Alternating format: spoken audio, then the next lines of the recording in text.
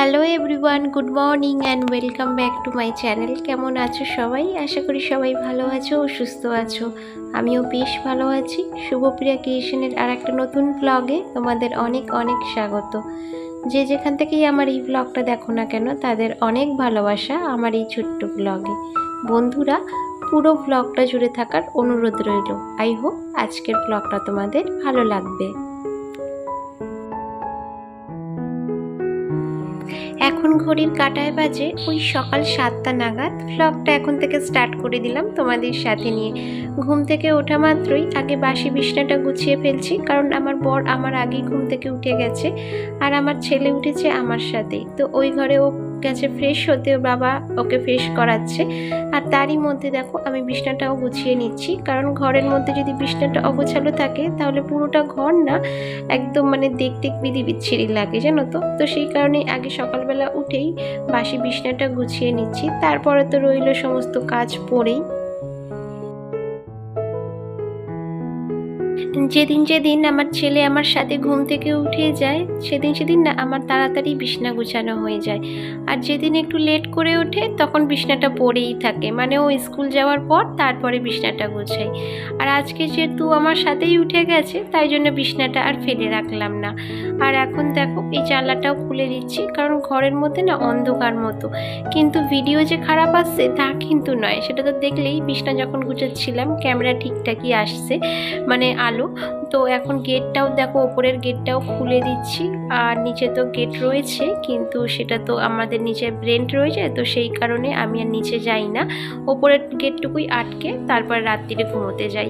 আর এই যে জামা কাপড়গুলো দেখছো আগের দিনকার সব ভিজে, সেগুলোই এখন তুলছি। রেলিংয়ে মেলা ছিল, তো এগুলো না একটু বাইরে দিয়ে দেবো, কারণ কি বলতো বাইরে না এখন একটু আকাশটা পরিষ্কার মতো আছে।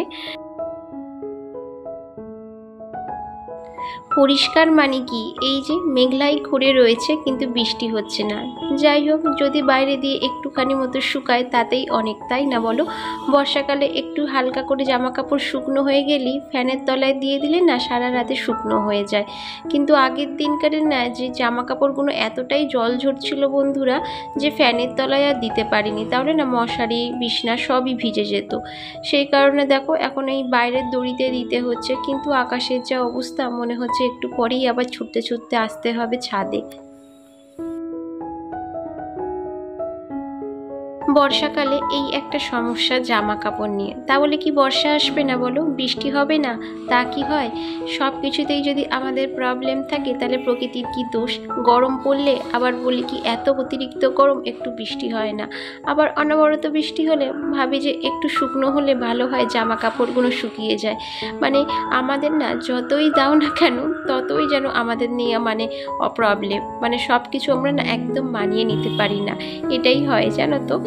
তো যাই হোক, এখন নিচে এসে মুখটাও ধুয়ে নিচ্ছি, কারণ মনটা না খুব চা চা করছে জানো তো। সকালবেলা ঘুম থেকে ওঠার পর বাসি কাজ না সাথে সাথে আমার চায়ের জন্য মনটা খুব ছটফট করে। তাই জন্য আগে মুখ ধুয়ে 2 কাপ চা বসিয়ে দিলাম, কারণ ওইদিকে তো আমার বড় ঘুম থেকে উঠে গেছে, ও চা খাবে বলে বসে আছে। তাই আগে চাটা করে নিচ্ছি, তারপরে সমস্ত কাজ সারবো। সকালবেলা উঠে কিন্তু আমি বাসি ঘরটা ঝাড় দিয়েছি, সেটা না আর ভিডিওটা করতে পারিনি, কারণ কি বলতো আমার ফোনটায় না সেরকম চার্জ ছিল না গো। তো সেই কারণে না একটুখানি সামান্য 5 মিনিটের জন্য চার্জে বসিয়ে আবার চার্জ থেকে খুলে ভিডিও বানাচ্ছি। চা ঠাকে এখন দেখো বসে পড়েছি একটা শাকের আটি নিয়ে। এটা না আমার বর কালকের এনেছিল জানো, কিন্তু কালকে তো শনিবার ছিল, তাই শাক করতে গেলে না একটু রসুন পেঁয়াজ না দিলে বেশ ভালো লাগে না। তাই জন্য না বন্ধুরা কালকের আর করা হয়নি। আর শাকটার অবস্থা দেখছো কেমন টাইপের একটা হয়ে গেছে, শুকিয়ে কাঠ হয়ে গেছে, কিন্তু ভিতরে না আবার দেখলাম একটু একটু পচে মতোও গেছে।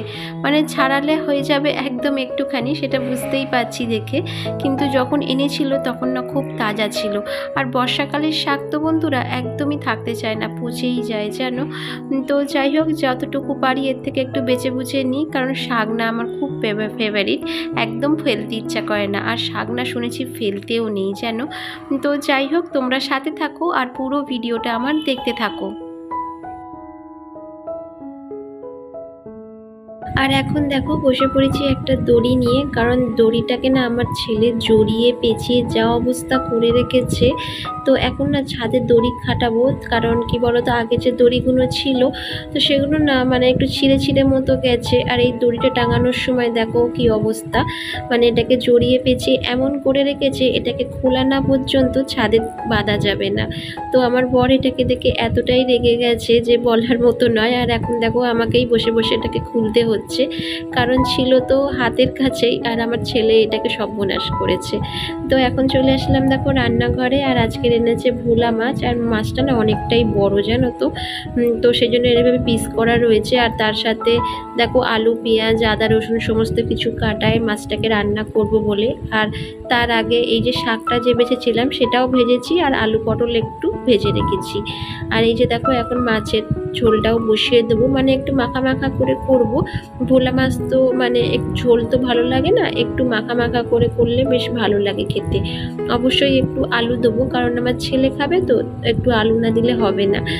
তো যাই হোক দেখো মাছগুলো এখন ভাজা বসিয়ে দিলাম। বন্ধুরা আমার ভিডিও তোমাদের কেমন লাগছে অবশ্যই একটু কমেন্ট করে জানিও। আর ভিডিও যদি তোমাদের কোনো অংশ একটুও ভালো লেগে থাকে তাহলে প্লিজ একটা লাইক করে সাবস্ক্রাইব করে আমার পাশে থেকো। আর যারা ইতিমধ্যে আমার চ্যানেলটা সাবস্ক্রাইব করেছো তো তাদের অসংখ্য অসংখ্য ধন্যবাদ। আর যারা ভিডিও দেখো কিন্তু চ্যানেলটা এখনও পর্যন্ত সাবস্ক্রাইব করোনি তো তাদের কাছে একটা ছোট্ট অনুরোধ, প্লিজ বন্ধুরা চ্যানেলটা সাবস্ক্রাইব করে আমার পাশে থেকো। ওইদিকে মাছটা বসিয়ে এদিকে দেখো বেসিনটাকেও পরিষ্কার করে নিচ্ছি, কারণ রান্না বসিয়ে না এইভাবেই টুকটুক করে আমি যে কাজ করতে থাকি, না হলে একসাথে করতে গেলে না অনেকটা সময় চলে যায় বন্ধুরা। ধরো এইদিকের কাজ করতে গেলে ওইদিকে রান্নার দেরি হয়, আবার রান্নার একদিকে গেলে আবার এই দিকের কাজগুলো পড়ে থাকে, এই হয় জানো তো। তো এখন কি করি বলো তো, যে একটু একটু করে রান্না করতে করতে এই সমস্ত কাজগুলো আমি করে নিই, যাতে মানে সময়টাও বাঁচে আর ওইদিকে আমার রান্নাটাও কমপ্লিট হয়। আর তোমাদের সাথে গল্প করতে করতে বন্ধুরা অনেক কাজ আমার এগিয়ে যায়। ওইদিকে রান্নাটাও কমপ্লিট করে এখন এই যে সিঁড়িগুলো ঝাড় দেওয়া ছিল না তো সেগুলো এখন ঝাড় দিতে চলে এসেছি। সকাল সকালই ঝাড় দিই বন্ধুরা, কিন্তু আজকের না আর ঝাড় দেওয়া হয়নি। আর বাইরের ওইদিকে না টিপ টিপ করে বৃষ্টি হয়েই যাচ্ছে, যেন ছাদে কতগুলো জামা কাপড় ছিল সেগুলো তুলে এসে এগুলোতে হাত লাগিয়েছি। কারণ কি বলতো হাতে তো এখন অনেকটা সময় আছে, তাই ভাবলাম একটু ঝাড়া মোছার কাজগুলো করে নিই। কারণ টুকটুক করে না করলে এত বড় ঘর দালান একসাথে করতে গেলে না একদমই সময় হয় না। আর আজকে যেহেতু রবিবার ছুটির দিন, তাই জন্য টুকটুক করে এদিক সেদিকের কাজগুলো করে নিচ্ছি। অনেক বন্ধুরা আমার ভিডিওতে কমেন্ট করো, তো সবার নাম তো নিতে পারি না বন্ধুরা, তাই সবাইকে একসাথেই বললাম তোমাদের অসংখ্য অসংখ্য ধন্যবাদ। এভাবেই আমার ভিডিও দেখো আর আমাকে একটু কমেন্ট করে লাইক করে আমার একটু পাশে থেকো। বুঝতেই পারছো চ্যানেলটা একেবারে নতুন, মানে নতুন বলতে ধরো ওই 4-5 মাস হয়েছে চ্যানেলটা আমি ওপেন করেছি, তার থেকে বেশি তো কম না, মানে অতটাও তো এখন মনে নেই কবে চ্যানেলটা ওপেন করেছি। আর চ্যানেলটা ওপেন করার সাথে সাথেই কিন্তু আমি ভিডিও আপলোড করিনি, বেশ কিছুদিন পর ধরো 2-1 মাস পর থেকে কিন্তু আমি ভিডিও আপলোড করছি। ওই এখন বলা যায় ধরো 3-4 মাস হলো, 4 মাসের মতো হলো আমি ভিডিও আপলোড করছি। তো বুঝতেই পারছো কতটা রিচ কম আমার ভিডিওতে, আর সেভাবে সাবস্ক্রাইবারও নেই আর ভিউজও হয় না। তো তোমরা যদি না দেখো তাহলে আর কি করেই বা ভিউজ হবে বলো। তো তোমাদের কাছে একটা ছোট্ট অনুরোধ, প্লিজ আমার পাশে থেকো। আর এই যে দেখো তোমাদের সাথে গল্প করতে করতে আর ওই দিকের কাজ করতে করতে আমার ভাতটাও হয়ে গেছে। আর এইদিকে আমার রান্না বান্নাও একেবারে কমপ্লিট, শুধু গ্যাসটা মুছে এবার চলে এসেছি দেখো স্নানে। আর এখন ঘড়িতে বাজে ওই দুপুর 12:30 নাগাদ। তো এর মধ্যেই আমার সমস্ত ঘরের কাজ মাজ কমপ্লিট হয়ে গেছে। এখন স্নান করব, তারপরে ছেলেকে খাওয়াবো, ব্যাস এটাই হচ্ছে বাকি আছে, আর নিজেরা লাঞ্চ করব। তো বন্ধুরা আজকের ভিডিওটা এখানেই শেষ করলাম। যদি তোমাদের ভিডিওটা কোনো অংশে একটুও ভালো লেগে থাকে তাহলে প্লিজ একটা লাইক করে সাবস্ক্রাইব করে আমার পাশে থেকো। তো দেখা হচ্ছে আবার নেক্সট ব্লগে।